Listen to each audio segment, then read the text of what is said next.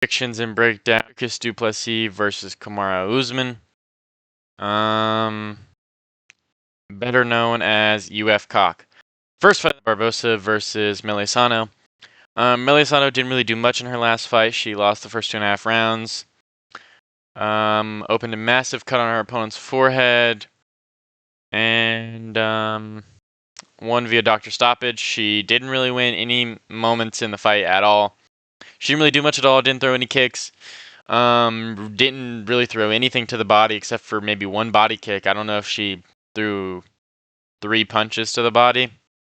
And she really threw strictly straights to the she threw a couple looping straights, but that was about it. Barbosa, last fight was a bit weird with her opponent acting like she got colded by the illegal soccer kick to the neck, but it is what it was. You can kind of tell everybody already knew what was going on. Still a good showcase for Barbosa. Got the win. Showed good variety with her kicks. Decent takedown defense. Good reversals. Good scrambles. Just pretty decent grappling. And also, I mean, she has good hands as well. And I think she really just outclasses Melisano in every single facet of MMA. I think if Barbosa comes in with any type of remotely kick heavy or just incorporates kicks into her game plan, Melisano will get beaten badly, which she probably will no matter what. I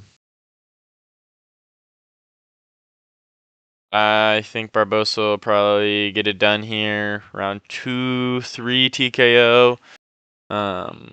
Leaning towards later round 2 TKO.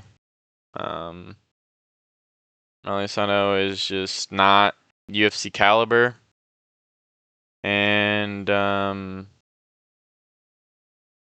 yeah, that's really it. She's just really not very good. And Barbosa is pretty decent. I think she will beat the brakes off Melisano. It explains the odds. Next, we got RJ Harris versus Alvin. Lost his UFC debut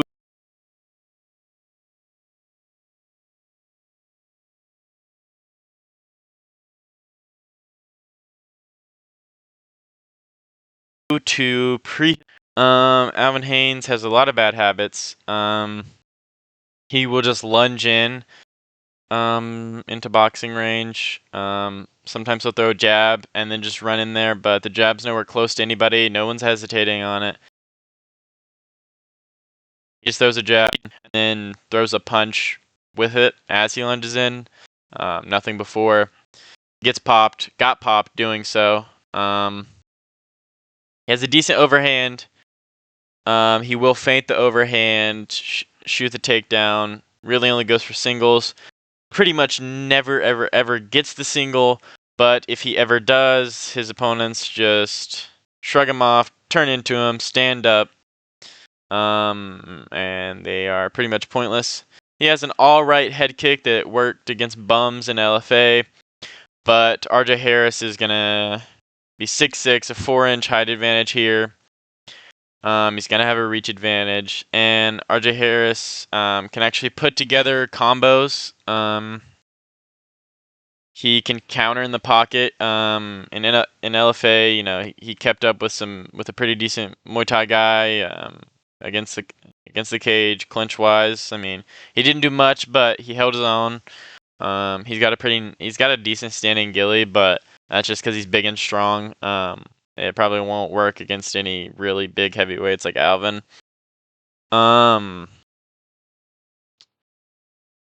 Yeah, and RJ, you know, even when he's fighting guys that can put together good combos and have good boxing, he's using his head movement, getting a couple straight shots in there, popping them, putting a punch on their chin, getting his respect. He does like to trade. He will trade. And so will Alvin. but RJ has a big power advantage here and is just the better boxer and better puncher, better striker overall. Alvin Haynes didn't really get hit with a lot of kicks last fight, but he didn't check any either. He has this habit where whenever he's in boxing range and his opponents try to throw, oftentimes he just tries to throw at the exact same time and just starts forcing straights the moment his opponents try to punch him up close, and he gets caught, especially with hooks. He'll just get smacked around. He'll get his head bobbled. And I think RJ will probably get a round 1 TKO. KO maybe. Come in, he'll probably land something decent. Alvin will try to force something decent. Before you know it, they'll be trading. Alvin will get caught. He might even catch RJ, but RJ's probably just going to eat it and hit him with a bigger, better shot. More accurate. Maybe stalk him for a little bit after he's wobbled. There'll be nowhere for him to go. Round 1 TKO. Next fight, we got Alden Correa versus Stuart Nickel. Stuart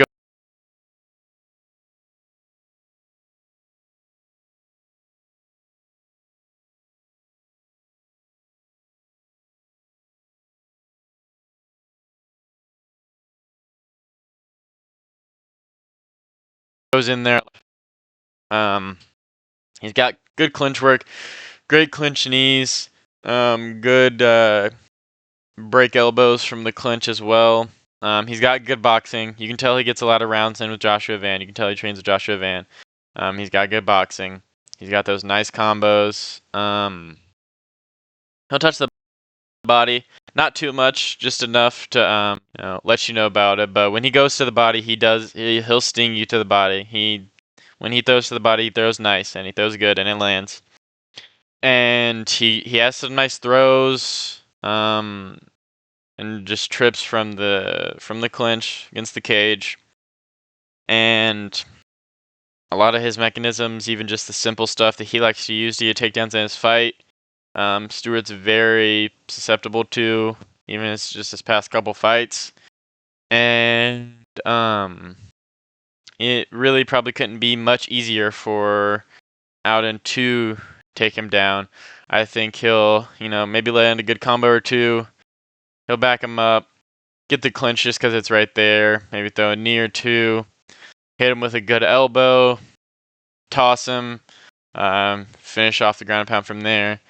Maybe if Stewart, if he doesn't get TKO the first time he goes down, or whatever, if he just tries to crawl to the cage real quick, Correa will hop on his back and will most likely submit him. So even if Stewart were to survive, he's going to be on his back for the rest of the round. So I think Correa, round 1 TKO, could be a round 1 sub, but leaning towards TKO. But no matter what, Correa's got this one in the bag for sure. Odds clearly reflect that. Okay, now we've got Ezra Elliott versus Damian Anderson. Damian Anderson is quick. He has pretty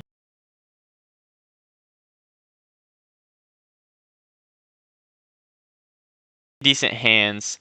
He can he can get taken down. He gets back up, reverses position, throws up a sub often, but he can get taken down by guys that really aren't that great and really aren't even grapplers. Ezra Elliott trains with Sean, Sugar Sean, Tim Welch. Ragdolling guys on his way up. Never super tested on the feet, but I mean, he was just grabbing chokes, whatever he saw, grabbed it, squeezed it, got it. Fight would be over. Crazy squeeze. Definitely the bigger guy. He's gonna be the taller guy. I think he has like a 2, maybe 2.5 inch reach advantage. I think he will be able to take down Damian, and he'll probably have some moments, and Damian might catch him on the feet.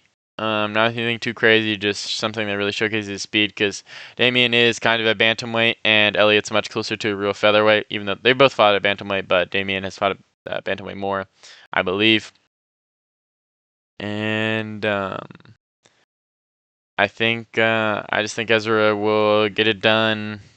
Probably sub him.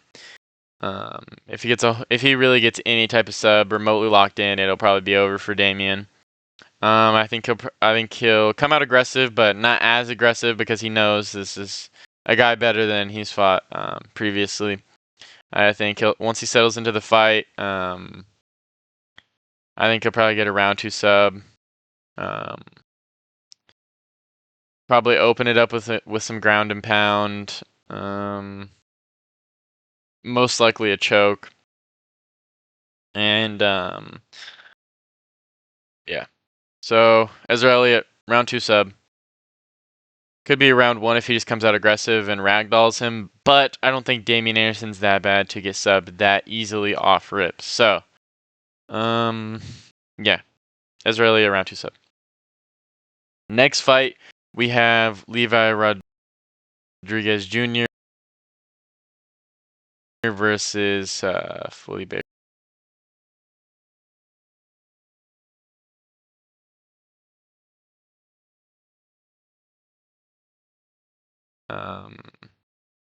By Mario Pinto, but you know, Felipe Franco is a light heavyweight. Not gonna hold it against him. Levi Rodriguez Jr. Won his Contender Series bout by knockout, but he popped. So get turned over to a no contest, but even in his Contender Series fight, he didn't look great. He got held against the cage for 3 minutes straight, just eating short punches to the face. Then they break loose, he throws something big, stuns him. He gets back up, stuns him again, fight's over. Really nothing too impressive. Just a big Brazilian juice head just sleeping bums. Felipe Franco has actually a pretty good clinch game, and he's not afraid to slow it down. And they shared an opponent on the Contender Series, and Felipe Franco did end up losing to him. But he was winning the majority of the fight. They gassed out. He got caught with a choke in like the last 30 seconds. Felipe Franco beat him in the clinch, which Levi Rodriguez Jr. just got held in for 3 straight minutes. He really didn't do anything there. He just barely got loose, swung something massive, and knocked him out, but he popped. So I think that power will probably still be there. He's probably still juicing. But I think Franco will be able to slow it down. He'll be able to grab him. And I think, honestly, once this leaves the first round, Levi doesn't really have much, and he's not very skillful in general.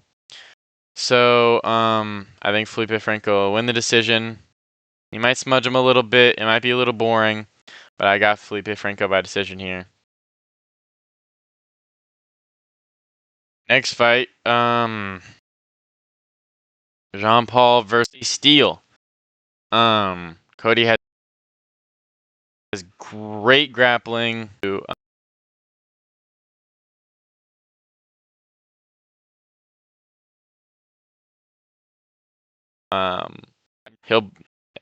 has great ground and pound. It just kind of feels like he's just always attacking you on the ground. But he has good submissions as well. And he'll make it boring if that's how he has to win. But honestly, I don't find a lot of his grappling matches, where he's winning, very boring. So I think, but he does kind of get pieced up on the feet, and he has like a Conor-esque stance, and he does leave his chin up, but he has good strikes, and they do really set up the takedowns, and the takedowns also allow him to strike as he does so dangerously. I think Jean-Paul will be there to get caught, and I think he'll catch him, and then I think Ko will be able to get the takedown. He'll win a decision. It'll be clear. Jean-Paul might get a reversal here. but I think he's just outclassed in most areas. I think he might pop Ko, catch him on the chin with something decent, but nothing fight changing, nothing round stealing. So I think Ko will get it done by decision.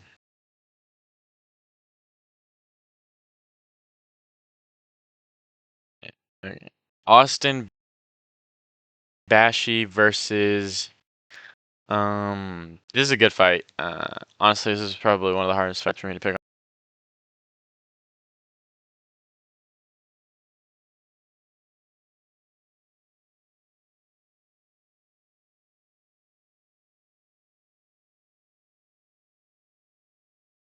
I don't know. That shit's fucking ridiculous. But Austin Bashi kind of looks like a fucking nerd, but and he kind of fights like a nerd, but he's good. I mean, his loss was to C-Rod, and which was a really close fight, honestly, that you really could give to Austin. But Jose he got taken down by Andre Philly, and he got punched in the face at the end of that third round. I mean, Nathaniel Wood was able to take him down, and some of his other opponents, that even the ones that he knocked down the first round, even on his Dana White Contender Series fight, I mean, he has great combos. He's great on the feet. He is definitely way better than Austin on the feet, but I think the gap on the ground is just still much larger than the gap on the feet, and I think that honestly, the only reason Austin lost to C-Rod was just that C-Rod was able to be calm and neutralize his style a little bit, but even then, it was still an incredibly close fight. And Austin has a good body lock, and I think that he's also great on the back. Like, he'll hop on your back, he'll sit there, he does not care. He will take the entire round from you on your back, especially from a guy like Jose Delgado. And also, JMD is very, very one-dimensional out of the southpaw. He switches to southpaw, looks for the kicks, especially the high kick. Doesn't really do much else. I think Austin Bashi will be able to shoot on him when he's in southpaw, even though, I mean, clearly, it'd be easier to shoot on him orthodox, but I think he'll be able to time it with the kicks and grab him if he even needs to time it with the kicks. He can probably just set up takedowns, grab him. And I think even if Jose Delgado is able to stuff his takedowns, Austin Bashi gets that body lock even on failed takedowns. And he has such a good body lock, and he's able to throw and just mat return and drag guys down with his body lock. And JMD is very susceptible to the body lock, even with kind of bummy-ish guys. I just don't. I think that Austin, there'll probably be a couple times where he mat returns him and then gets straight to his back, and honestly that could take a round or two, or at the very least a couple minutes from JMD. I think Austin will probably get caught on the feet, and if JMD starts landing big combos, Austin could be in big trouble because he will panic shoot a little bit if he gets pressured, but he has such good takedowns that even if he does panic shoot, he still gets takedowns often. And I think he will be able to on Jose Delgado. But also, even then, when he gets the failed takedowns, if he comes back up with that body lock, I think he'll be able to get him down and at least, reset, get away, stop being pressured. And I think with the pace that he can keep up, he'll be able to win a decision here.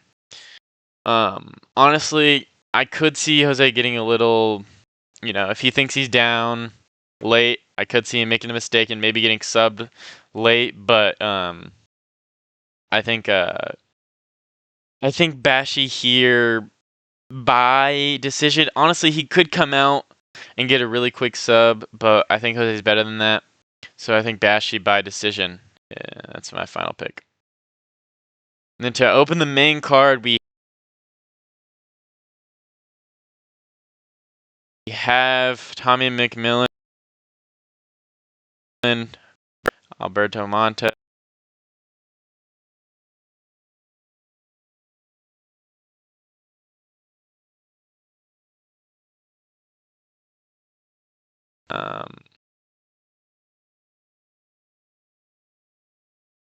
The original people are, well, he came in, it's supposed to be his hype prospect. People weren't really feeling him. He can be a little annoying. His Instagram's corny. People start hating on him, and now people are backtracking and trying to make up for that.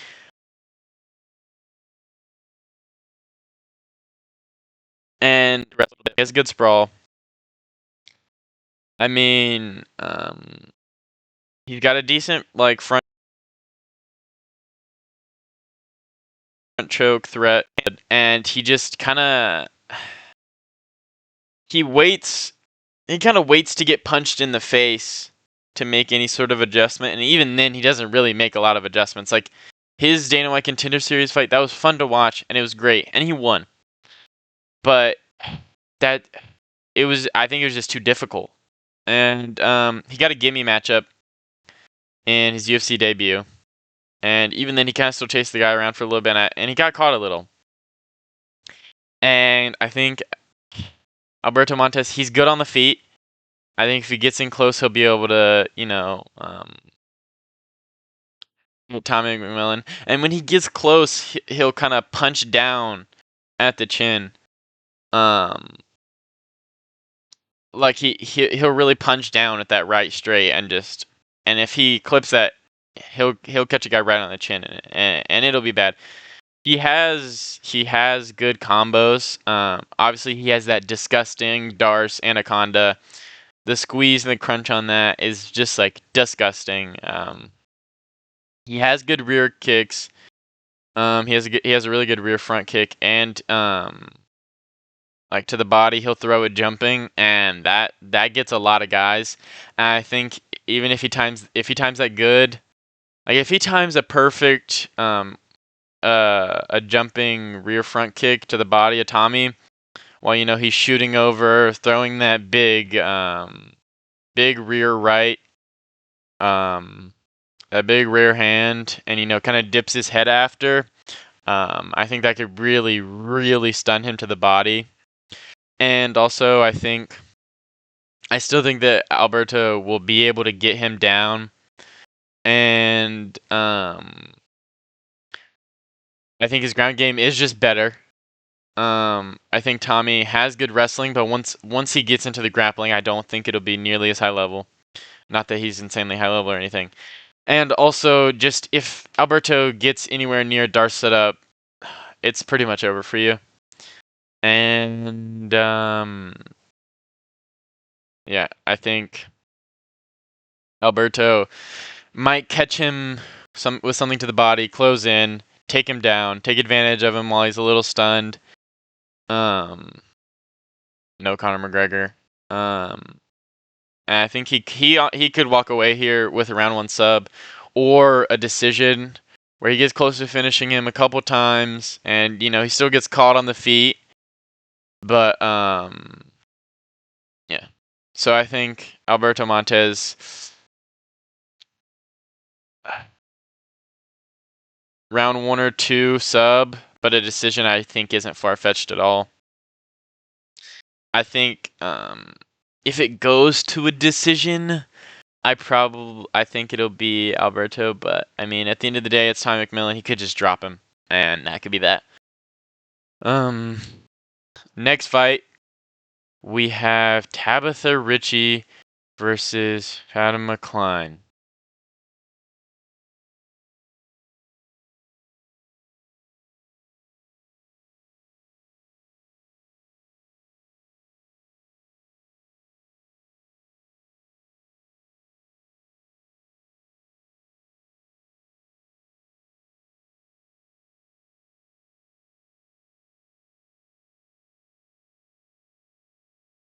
Back made me hate her a little bit. Rebus. And I mean, she just stalls in the clinch. She's not even really a smudge artist. She's a smudge merchant, and she's not even good enough to take you down and smudge you. She will only hold you against the cage and pretend like she kind of wants a single, but if it's not super incredibly easy,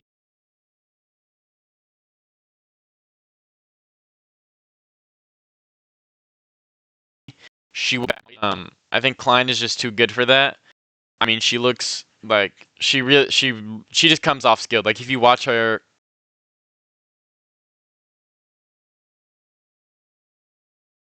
you're like, oh, yeah, Tabitha Ricci fight. She has good takedowns. I mean, she kind of beat the shit out of Angela Hill a little bit.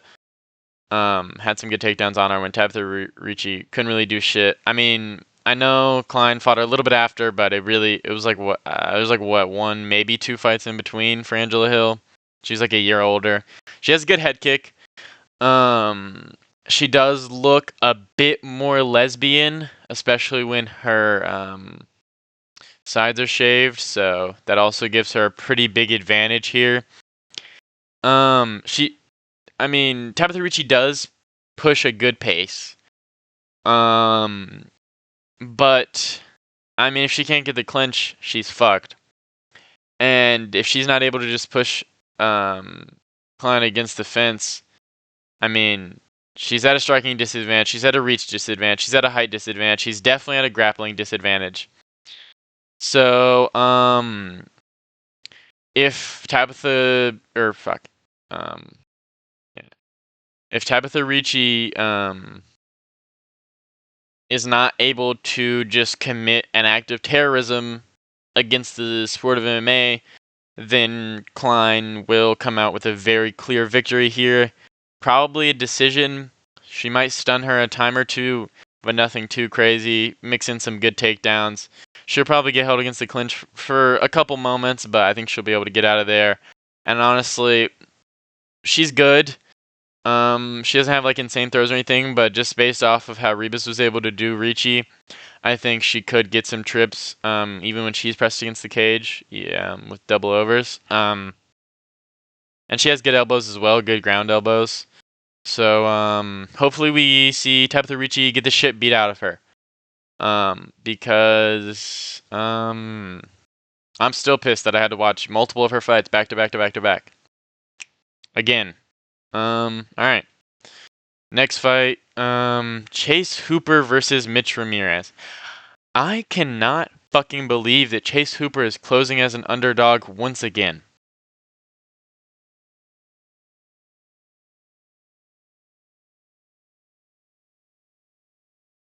Pretty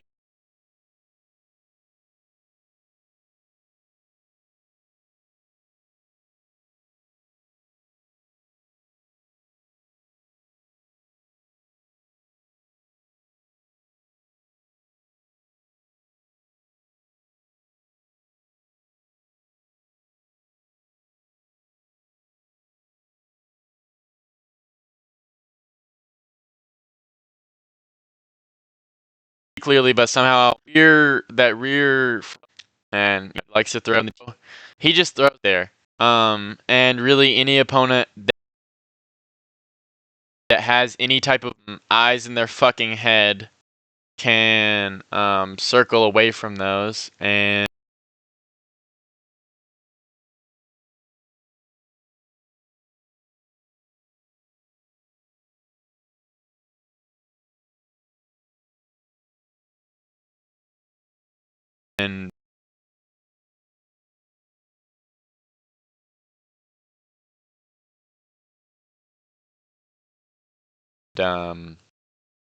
counterable. He will force take them, and he's a cool dude, and I'd like to see him win.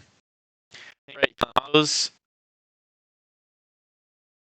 decent, slow, but he has decent power in his hands. Especially because he's so set in, like he really sits down on, like he gets flat-footed and he swings, and Chase Hooper is not gonna, pepper him with a bunch of calf kicks. Especially before he gets caught on the chin, and then stumbles, and then gets caught on the chin again, and then gets knocked out. And He does leave openings on the feet for counters a little bit, but that's really only against real strikers. And I think if Chase Hooper even tries to capitalize on openings that Mitch Ramirez leaves for him, he'll probably end up getting pieced. And Mitch Ramirez is pretty good at closing the distance, and he knows that if he's losing, he has to turn up the heat. And even if he gets someone on his back that's a good jiu-jitsu practitioner, a good finisher, he will fight the hands, and he doesn't give up. He is constantly fighting, and I mean, there's a chance Chase Hooper takes him down and fucking subs him. But I think even if Chase Hooper gets him down, I don't think he's going to get him down quick enough to where he's able to sub him in the first round, and then they're up again. And then Chase Hooper has to be on the feet again with a guy that has at least a decent amount of power and good combos. So I think Mitch Ramirez is going to KO here. I don't think he's going to cold Chase Hooper, but he'll probably crumple him. And I think he probably gets a round 1 TKO here.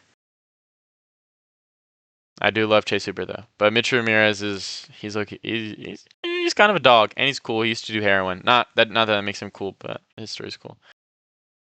Oh, Jared Cannonier versus CLD. I don't think this is gonna be.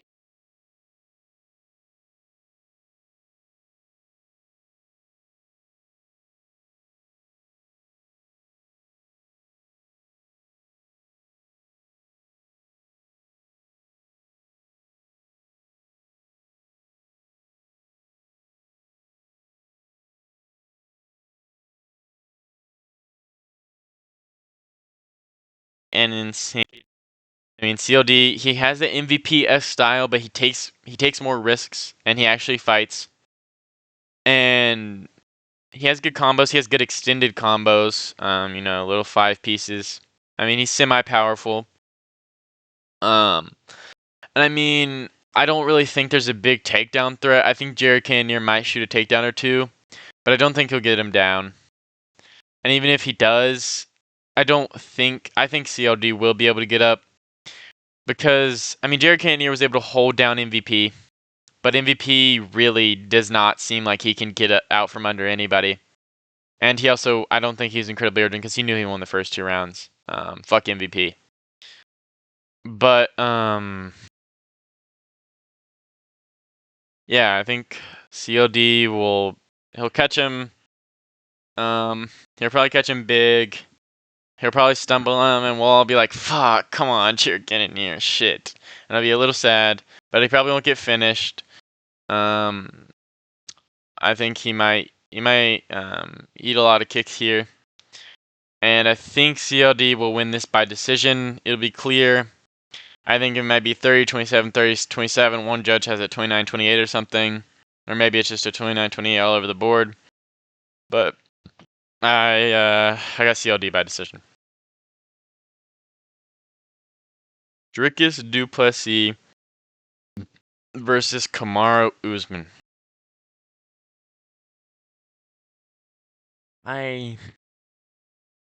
Before I really looked into this fight a lot, just thinking, I was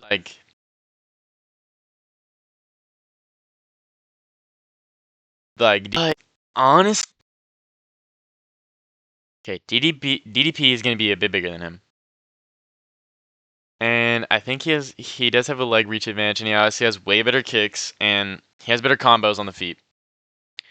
But I mean, DDP got taken down by Rob. I mean, it's not like he got smudged or held down for long, but he got taken down by Rob pretty easily, actually. He got taken down by Brunson. He got mat-returned a couple times. He got his back taken for a moment or two. And in moments, he kind of got out-muscled by Brunson, which Brunson is a big, muscular dude, and he's a great grappler. But he was 40, and Usman's strong as fuck, and he has good cardio. So DDP's not gonna out-cardio him, because Usman has great cardio and is strong. and built as fuck. And, I'm not like Usman would ever, I'm sure Usman's never even been near EPO or anything like that, nor has Muhammad Usman, because that guy is super natty. But if you pass the test, you're clean.